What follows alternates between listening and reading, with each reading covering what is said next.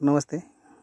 वांगी पिकामध्ये अळीचा प्रॉब्लेम, फळ पोखरणारे आणि शेंडे अळी याचा प्रॉब्लेम जास्त असतो. तर हे आपण जे ट्रीटमेंट चालू केली त्यानंतर हे मिळालेले रिझल्ट अशा पद्धतीनं शायनिंग चकाकी आता नवीन फळांमध्ये दिसून येत आहे. तर अशा पद्धतीनं हे नवीन सेटिंग आणि ह्याची ग्रोथ अशा पद्धतीने आहे आता. कारण पूर्णपणे पाऊस हा झाल्यानंतरनं हे नवीन आता वांगी या ठिकाणी अशा पद्धतीनं आहेत. किडीचा संदर्भ या ठिकाणी थांबलेला आहे. अशा पद्धतीनं हे फळं आता वांगी पिकामध्ये लागत आहेत. तर हे अशा पद्धतीने फळं आहेत आता नवीन. या बदला संदर्भात आणि हे वेगवेगळी फळं अशा पद्धतीनं ही वांगी आहेत. आता नवीन सेटिंग होते, नवीन ही फुलधारणा अशा पद्धतीनं चालू आहे. हे जे बदल झालेले आहेत हे साधारणपणे 15 दिवसामध्ये हे बदल या ठिकाणं या पिकामध्ये झालेले आहेत. आणि या पिकाचा आंतरपीक म्हणून पेरू बागेमध्ये आणि मेन म्हणजे आपल्या डमनेर ॲग्रिकल्चर कन्सल्टन्सी मार्फत पेरू पीक यावरती मार्गदर्शन केलं जात आहे. परंतु त्याला सपोर्टर शेतकऱ्यांनी जे निवडलेलं आंतरपीक होतं त्यासाठी सुद्धा मार्गदर्शन करण्यात येत आहे. एकंदरीत शेती करताना आंतरपीक हे योग्य निवडणं, त्याचबरोबर त्यावरती येणारे कीड रोग, बाकीचे काही जे प्रॉब्लेम असतात अशा पद्धतीनं त्यावरती योग्य मार्गदर्शन मिळाल्यास निश्चितच अशा पद्धतीनं हे रिझल्ट तुम्हाला आता दिसून येतात. पाऊस झाल्यानंतरचे जे बदल होते किंवा पावसामध्ये जी सेटिंग होत नव्हतं, फुलधारणा होत नव्हती, फळांना किडीचं प्रमाण होतं, तर हे वेगवेगळं होतं. तर ते दाखवण्यासाठीचा हा व्हिडिओ आहे.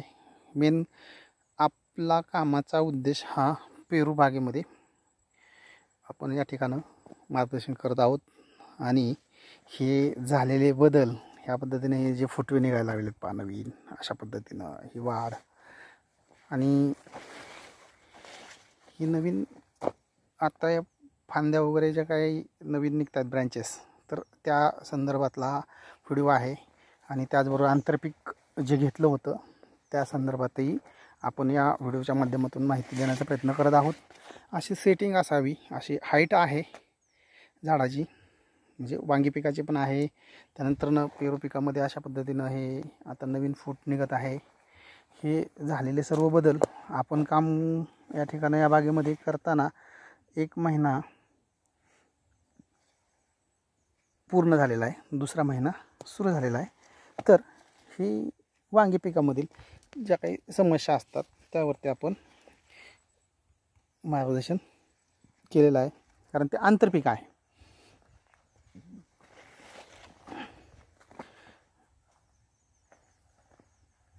अशा पद्धतीनं ही जी वांगी आत्ता नवीन पाऊस संपल्यानंतरचा जो बदल झालेला आहे तो अशा शायनिंग कलर अशा पद्धतीनं येणं अपेक्षित आहे.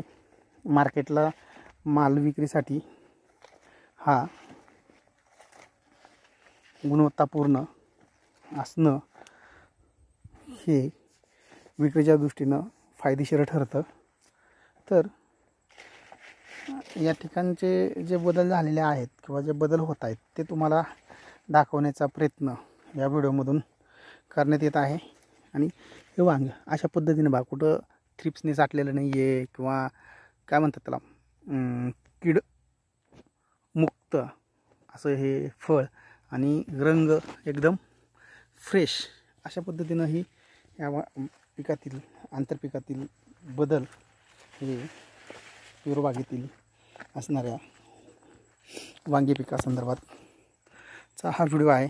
मुख्य उद्देश हा आपला शेतीतून उत्पादन मिळवण्यासाठी शेतीशी निगडित पिकाच्या गरजेनुसार आणि पर्यावरणपूरक तसेच मानवी आरोग्याला कोणत्याही प्रकारचा साईड इफेक्ट होणार नाही आहे अशा पद्धतीनं मार्गदर्शन हे शेती करताना आवश्यक असतं.